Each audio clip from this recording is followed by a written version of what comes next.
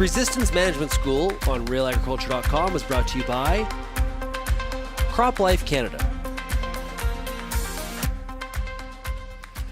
Kelvin Hepner with Real Agriculture at Cropsapalooza at Portage La Prairie, Manitoba, joined by Rob Goulden, Associate Professor in Weeds and Agronomy at the University of Manitoba. And Rob, this canola plot behind us, this side has a few weeds in it, but this side definitely a lot more. What's this plot showing us? We're looking at the impact of crop seeding rates or higher seeding densities on weeds and weed competition with the crop. So what we have on the left side here is we've got a higher seeding rate, so target density of about 130 plants per meter squared, or at least 130 seeds per meter squared were planted. Obviously didn't get all those up. And then on the other side, we're looking at a little bit lower at about 70 as a target density. And all these treatments, not just the canola, the weed control, the only weed control that was done before planting was a pre-seed burn down or burn off. And then the weed control that you see is the ability of the crop and its management only. It's not to say that that's a management practices that the farmers would use, but what we're trying to illustrate here is how important increasing seeding densities are in making the crop more competitive. And there are good reasons for that. These days, we still have some serious issues with herbicide resistance in Manitoba, and what we're trying to do with encouraging higher planting densities is to make the crop more competitive so that the selection pressure for herbicide resistance is reduced, and if a producer already has herbicide-resistant weeds, then the crop is much more able to deal with those in case a herbicide is used that doesn't control them anymore. Okay.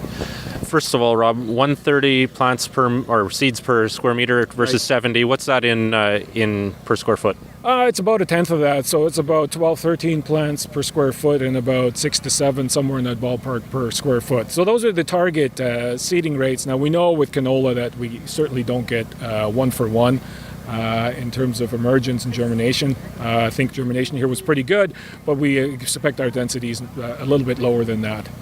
So probably 110, 120, somewhere in there, and maybe 60, 70 or 50, 60 in the lower density one. And the 50-60 would be not far off what we see in production fields on average across Western Canada. It's that's roughly our average is about 60. So is this a realistic expectation to ask producers to increase seeding rates with, we know where canola seed costs are? That's it sounds like an uphill battle for you, Rob. It is. Welcome to my world. No, it certainly is. I mean, there are crops where the increased seeding rates make sense. Economically speaking, there are crops where the economic argument is a little more difficult to make, but at the same time, it's something that we got to keep in mind. What particularly we've been seeing with canola is that farmers have been lowering their seeding rates to actually get even below those 60 plants per meter squared. And 60 is a good target that other research has shown that our modern hybrid varieties at 60 actually perform quite well. But you don't want to be an awful lot below that. If you are much below that, you're going to run into yield limitations and not maximizing yield, even under perfect weed control. But the weed control benefit increases as we have higher densities. It's very important to have ground cover from the crop early in the season and to maximize that ground cover early on, even with our faster growing crops, and it's even more important, I think, with our slower growing crops that we are growing these days. But definitely the economic argument is tough to make. At the same time, having said that, a higher plant stand density will reduce the number of in-crop herbicide applications that you're probably going to have to make or rely on. So a single in-crop application might be good enough. And so there are some savings there, or potential savings there. So it's, it's a trade-off, like all things in agriculture. That 6 plants or 60 plants or seeds per meter squared. Yeah. Per meter squared. Yeah. Is that kind of where you really start to run into competition issues, though? If there's a critical threshold? Yeah, it's tough to say what the critical threshold is with weeds. Certainly in weed-free conditions, we've got numbers for Western Canada that, depending on whether you're in a high-yielding zone or a low-yielding zone or scenario, the higher densities in the low-yielding zones do better. The break-even point, or where you maximize yield, tends to be the lower density into the high-yielding regions and the slightly higher density low-yielding regions. And it can be as low as 40 plants per meter squared. But keep in mind that you're putting a lot of pressure on the herbicide to keep that stand weed-free, so there's no ill effects of weeds. And so, yes, we can probably maximize yield at some relatively low densities, particularly in canola, which of course is a very indeterminate plant, and so it covers the spaces quite quickly. But the faster we cover that space with canola or plants, the better the weed control will naturally be. And so 60 is a good number. If we can get producers up to 60 across the board would be great, because we've seen a lot of fields well below that at the end of the season. I've seen numbers in the 20s and 30s that were fields that were taken through the yield, and certainly there probably is a yield penalty there. Much above 60, it'd be great to go there. I'm not sure you need to be much above. We've done experiments where we get all the way to 80 and 100 plants. So these are plants, not seeds per meter squared, but plants per meter squared. And the yield curve is pretty level there. We certainly don't see the yield drop off at those higher seeding rates. And if we are in a more stressful situation or lower yielding scenario, then the max is reached a little bit later. So we're looking at 80 to 100 plants per meter squared, where we're starting to max out yield under ideal conditions. That's not with weed competition, and so densities are important even for something like canola, which is like I said, an indeterminate crop that's very good at filling holes. And like you said before, this is important information to have when it comes to glyphosate-resistant kochia or other examples of resistance that we are starting to see more of.